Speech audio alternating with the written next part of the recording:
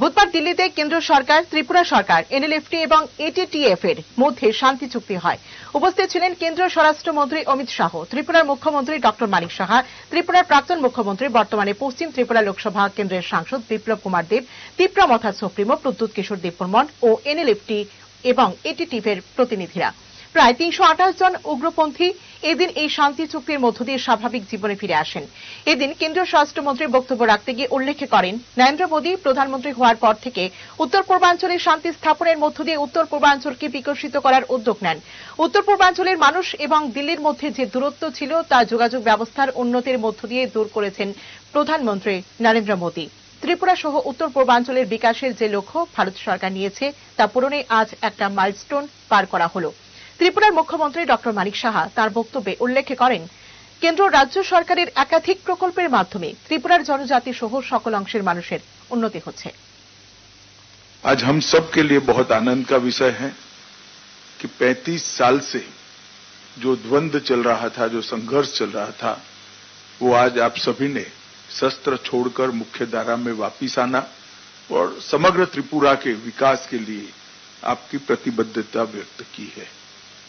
जब से मोदी जी देश के प्रधानमंत्री बने तब से शांति और संवाद के माध्यम से सक्षम और विकसित नॉर्थ ईस्ट की कल्पना उन्होंने देश के सामने रखी है।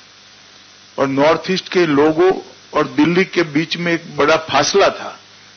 ये फासला उन्होंने एक प्रकार से रोड, रेल और विमानों से जोड़कर तो दूर किया ही किया, परंतु साथ में दिलों का फासला भी दूर करने का काम हमारे प्रधानमंत्री जी ने किया है।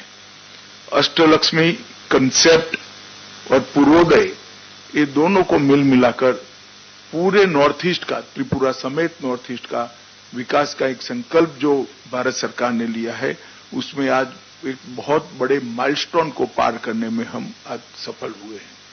At the outset, I would like to express my gratitude to the Honorable Home Minister, Sri Amit Shah ji, for being instrumental in creating an atmosphere of peace, prosperity and goodwill in the entire Northeast region. Under the dynamic leadership of Honorable Prime Minister Sri Narendra Modi ji and proactive initiative of Honorable Home Minister Sri Amit Shah ji, a dozen of peace agreements have been signed in the Northeast in the last 10 years to resolve many of the complex issues, out of which for Tripura alone there are 3 agreements so far. It is a matter of great satisfaction that the members of National Liberation Front of Tripura, NLFT, and all Tripura Tiger Force, ATTF, have decided to join the mainstream for participation in the development journey spearheaded by our Honorable Prime Minister. There are many schemes, programs and projects of both the Government of India and Government of Tripura which have been transforming the lives of all sections of people of Tripura, including our Janajati brothers and sisters.